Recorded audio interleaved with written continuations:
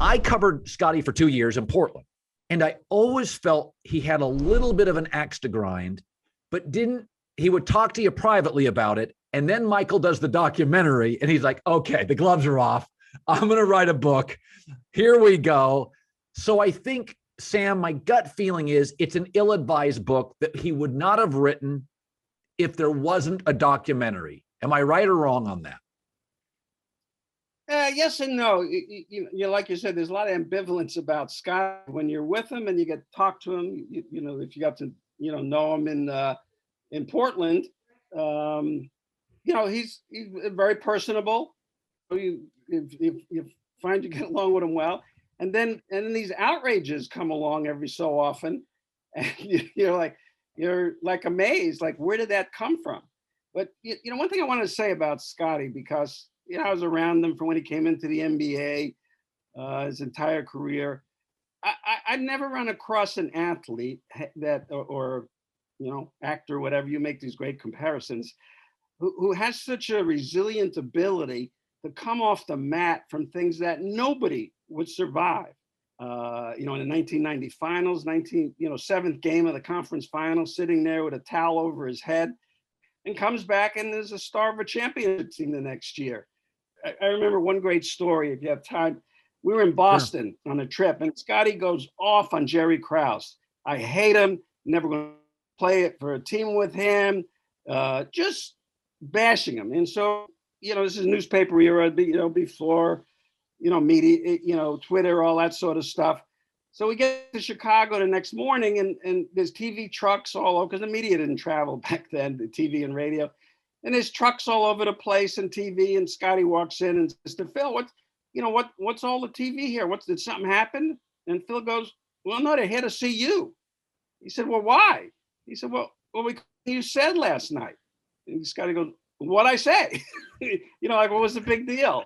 And it's always been like that he says, he does these, sort of like, Mark Twain, the old, better to keep your mouth closed and let him think you're the fool than open it and show otherwise. And Scottie does, and then just keeps going on. So, writing a book, like you said, maybe it'd be ill-advised, and you're thinking, here he comes again, but no, it's Scottie Pippen, he'll do it and then get up off the mat again. First of all, that he claimed that, Phil Jackson was racist, didn't let him have the final shot. There's been a lot of pushback on that, because Pippen did have a couple of shots at the end of that game, didn't hit him. And then they dialed up the shot for Kukoc, and he hit it. So that's boomerang back. That's been bad for Scottie. I said this in my preamble before you came on, is when I covered him in Portland, if you go back to Game 7, Blazers-Lakers, when he was the highest profile Blazer, he was 0 for 3 in the fourth quarter, 3 for 10 for the game. They didn't dial up plays for him. He was a great athlete. But Rasheed and Steve Smith and Stoudemire and Arvidas were better pure shooters. So Scottie wasn't a dial up the play guy. I mean, Sam, that's how I viewed him. How did you view him? Well, he never was. I don't think he ever hit a closing shot in his entire career. But that was the whole point why it worked so well with Jordan, because he was the facilitator. For years, when the Bulls, Jordan lost 9 of the first 10 playoff games he played in. Now people would kill him for that. Oh, loser, 1-9 in the playoffs. But the problem the Bulls had with him all the time was he wanted to take the ball and bring it up full court. It wasn't until Scottie came along with this point forward, mentality, that Michael could go up. They could send Michael up, and now you draw the defense back, because the defense was always up waiting for Michael.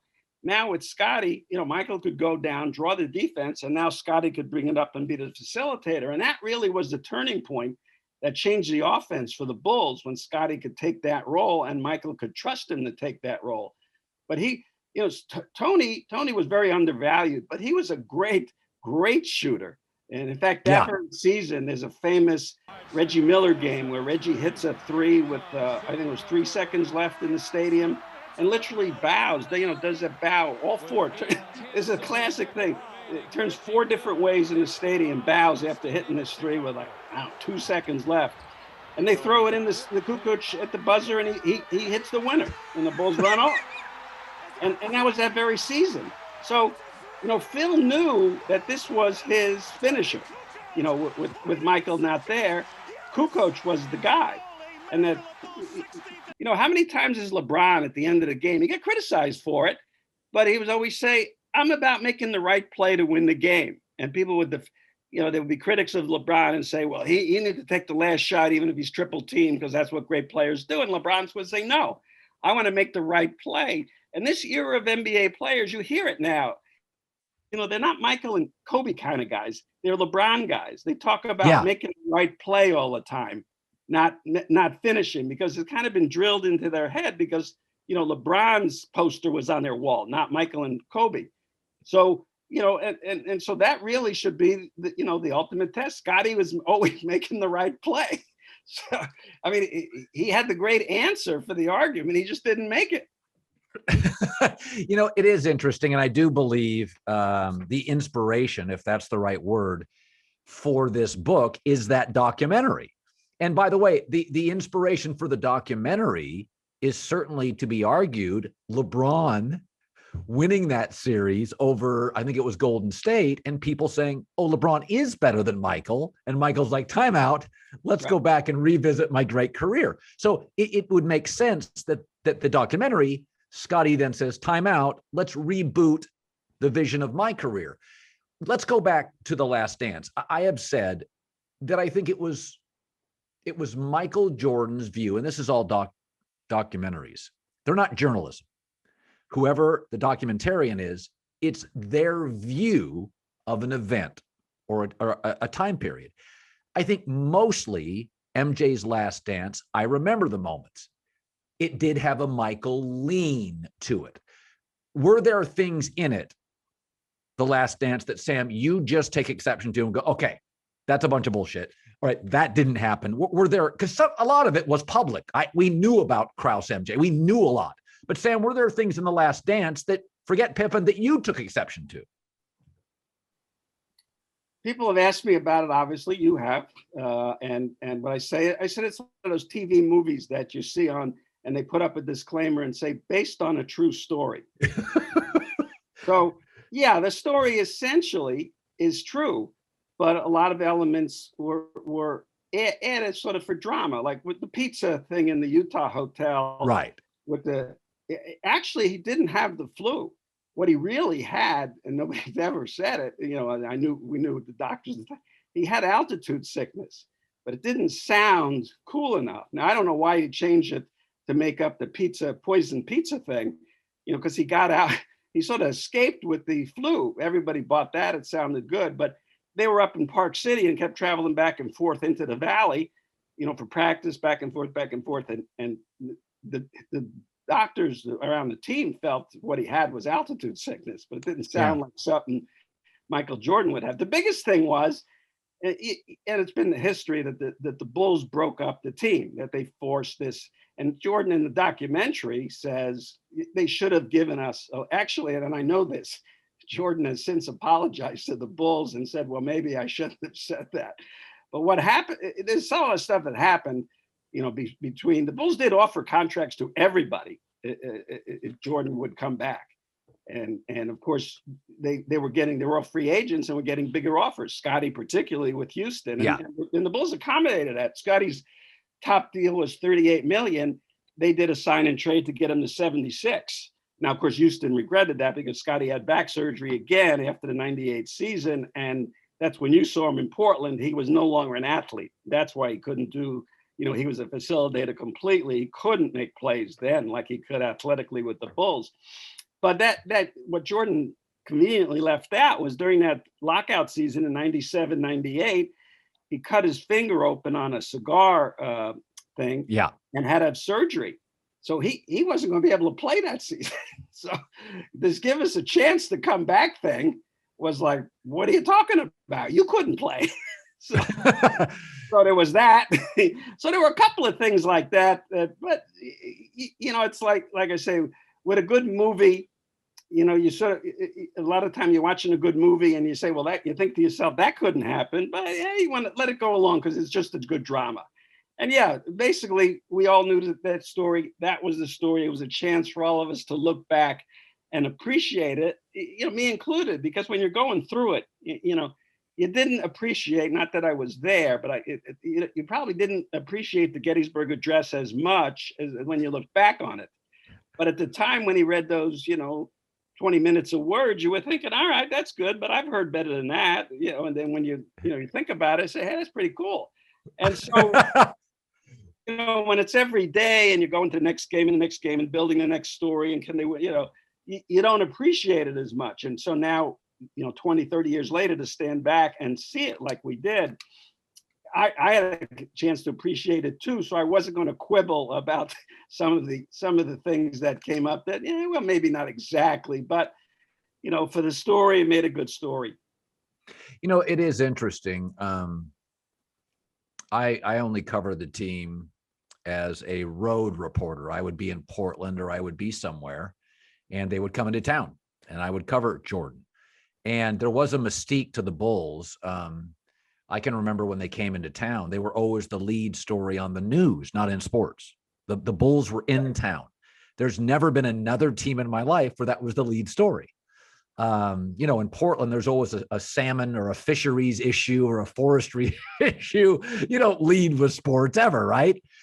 When you look at those Bulls teams, and this is where I feel like Scottie doesn't quite feel appreciated. You go back to the Magic Johnson teams where after game one, they put Scottie on Magic and he was a pain in the butt. Do you feel at least a little bit, Sam, that we have, because of Michael's glamour? I mean, he was not only the best player, he was the most clutch, he was the most glamorous, that it did shrink Scottie and that Scottie was probably a little better than we remember him. Is that fair? No, at all. In fact, the contrary. Scottie Pippen became a top 50 player. That team in that circumstance, he was a great contributor to it, and he was a big part of it. He was one of the, became a star on the Dream Team. If he in that draft in '87, there was a lot of maneuvering going on. The Bulls traded up. They had number 8, and they moved up to 5, and the deal was, with Seattle, that if their player was there that they wanted, they weren't. I think it was Reggie, what's his name from Georgetown, Reggie Williams. And I think he got taken just before. So if Sacramento had 6, which picked Kenny Smith and Scottie, they were trying to move up too.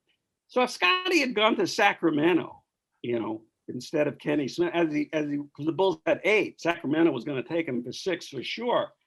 Do you think he would have been a top 50 player? If you play great defense for a team that's winning 30 games, what's the difference if you lose by 30 or 15? You still lost. Nobody would notice. Right. So Scott, the problem Scottie had, and this played out a lot during the Bulls too. He was very close with Horace when they started. They were inseparable. I've never seen teammates like that. They literally would call each other before the games to see what they were going to wear and wear matching outfits. They bought the same cars. They bought the same dogs. They bought the same clothes. And so Scottie would hang out with the Horace all the time, but then he would be entranced by seeing Michael and all the glamour.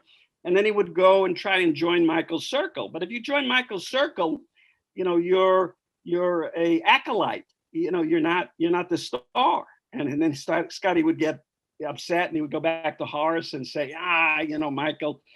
So Scottie's had this throughout his life. I don't know if you know about some of his investments. He got involved with some high rollers in Chicago and bought a plane and a yacht.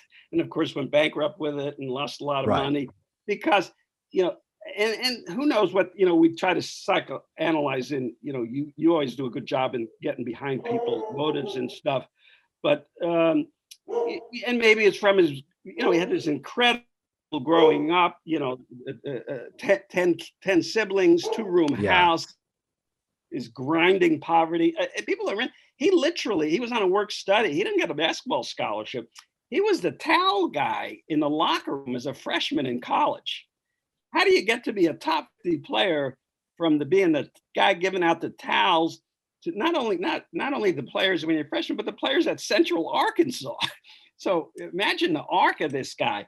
And so there's probably some in that, but he's always been caught between with us. I don't get enough credit. I want to be with the big guys too. when he gets over there, don't like the way he's treated.